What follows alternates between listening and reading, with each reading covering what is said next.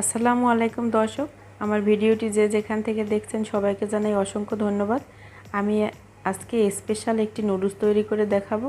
তো নুডলসটা রান্না করার জন্য প্রথমেই আমি দিয়ে দিলাম সয়াবিন তেল, তারপরে দিয়ে দেব হাফ কাপ পেঁয়াজ কুচি, এখন দিয়ে দিলাম হাফ চামচ রসুন বাটা আর হাফ চামচ আদা বাটা, আর দিয়ে দিয়েছি 3টা কাঁচামরিচ ফালি। এখানে রসুনটা ইউজ করার চেষ্টা করবেন, তাহলে অনেক ভালো একটা স্মেল আসবে।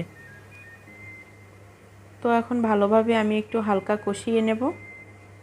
তো কষানো আমার হয়ে গেছে, এখন দিয়ে দিলাম 2 প্যাকেট নুডলস মশলা, দিয়ে দেব সামান্য পরিমাণে ধনিয়ার গুঁড়া আর সামান্য পরিমাণে গরম মশলার গুঁড়া। তো এখন দিয়ে দিলাম সামান্য পরিমাণে টমেটো, আমার টমেটোটা ফ্রোজেন ছিল। তো সামান্য একটু পানি দিয়ে দিলাম, পানিটা দিয়ে এর ভিতরে আমি একটি ডিম দিয়ে দিলাম। ডিমটা দিয়ে এখন আমি নাড়তে থাকবো। এই সময় নাড়াটা বন্ধ করা যাবে না, দেখবেন নাড়তে নাড়তে একটা সুন্দর গ্রেভিতে পরিণত হবে। এই যে দেখতে পাচ্ছেন কত সুন্দর। তো আমি আর একটু কষিয়ে নেব ডিম আর মশলাগুলো।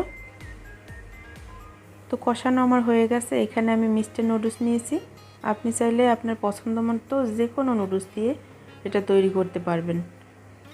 তো এখানে আমি দিয়ে দেব 3টা নুডলস।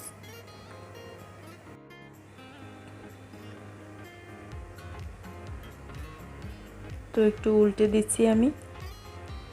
তো নুডলস দেওয়ার পরে এখন আমি পানি দিয়ে দেব। এখানে আমি 2 কাপ পানি ইউজ করেছি।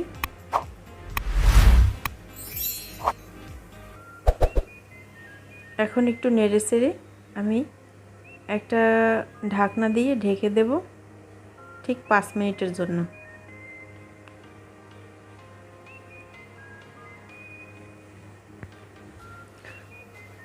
তো 5 মিনিটে নুডলসটা আমার মোটামুটি সেদ্ধ হয়ে গেছে। এই সময় পানিটা যেন পুরোটা টেনে না যায় সেদিকে একটু লক্ষ্য রাখবেন। আমি নুডলসগুলো ভাঙিনি, দেখুন কতটা স্টিকি হয়েছে। তো এখন উপর থেকে দিয়ে দিলাম মোজারেলা চিজ। এই নুডলসটা রান্না করে আপনি বাচ্চাদের খাওয়ালে অনেক হেলদিও হবে আর অনেক স্বাস্থ্যসম্মত আর পুষ্টিগুণও অটুট থাকবে। তো চিজ দেওয়ার পরে এখন আমি দিয়ে দেব আরেকটি ডিম। এই যে দেখতে পাচ্ছেন সামান্য একটু লবণ দিয়েছি আমি। এখন আমি আবার একটু মোজারেলা চিজ উপর থেকে গ্রেট করে দিয়ে দিচ্ছি, এতে করে স্বাদটা অনেক বেশি হয়। আর বন্ধুরা, আমার এরকম নিত্য নতুন রেসিপি পেতে আমার চ্যানেলটি সাবস্ক্রাইব এবং লাইক কমেন্ট শেয়ার করতে ভুলবেন না। তো মোজারেলা চিজ আমার দেওয়া হয়ে গেছে।